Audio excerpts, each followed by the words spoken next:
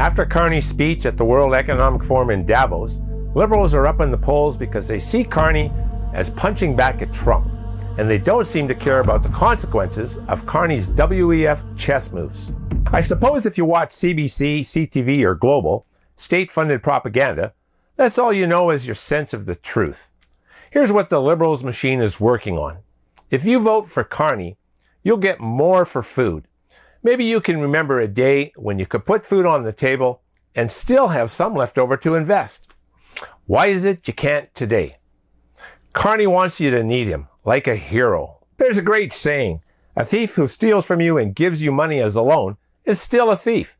We are already overtaxed and most of our money is going to ridiculous stuff. Then we have to borrow from ourselves to put food on the table.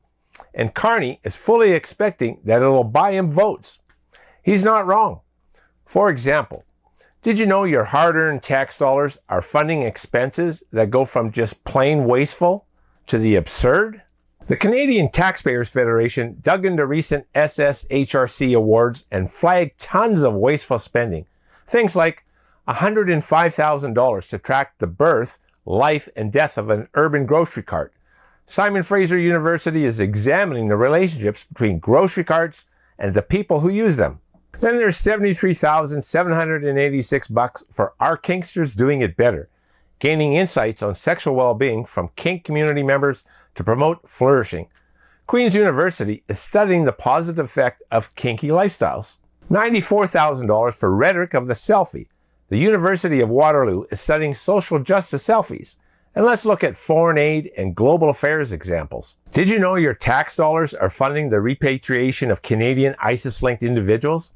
They spent over $170,000 in just one single case, including luxuries like wine and room service. We forked over millions for vacant land in West Africa, properties abandoned in Afghanistan, or gender-responsive healthcare in the Philippines. $7.2 million. Millions upon millions, and you need a tax credit to buy food here in Canada? What is wrong with this picture? So then, Carney acts like Robin Hood to give struggling Canadians a few bucks back with their new Canada Groceries and Essentials benefit. And folks thinks it's free money. It is costing Canadians $12.4 billion over the next 5 years. You're already paying taxes on your paycheck, on fuel, on clothing, on every purchase you make, and even upon death. This is not a free handout or free money. This is money out of your pocket, temporarily coming back to you. It's redistribution. Who is lending you money? You. And you'll have to pay it back in one form or another. Don't believe the propaganda. If your wallet feels squeezed, well, it's being squeezed. If your instincts are telling you something feels off or wrong, trust your instincts. The Liberal PR machine, hard at work through bought and paid for Canadian media, also with your tax dollars.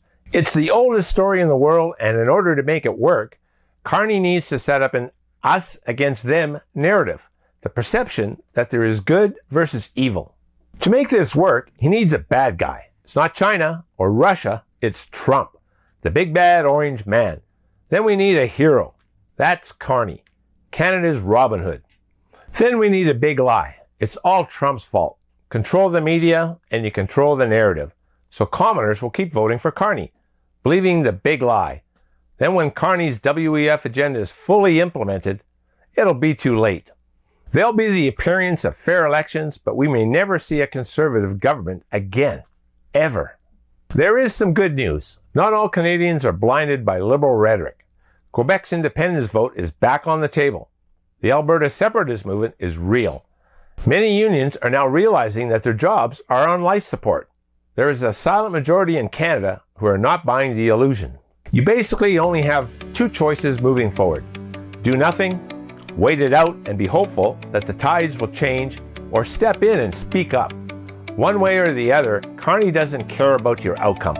He cares about Brookfield and his buddies at the WEF. I'm Glenn Zacher. Thanks for listening, because it's your money.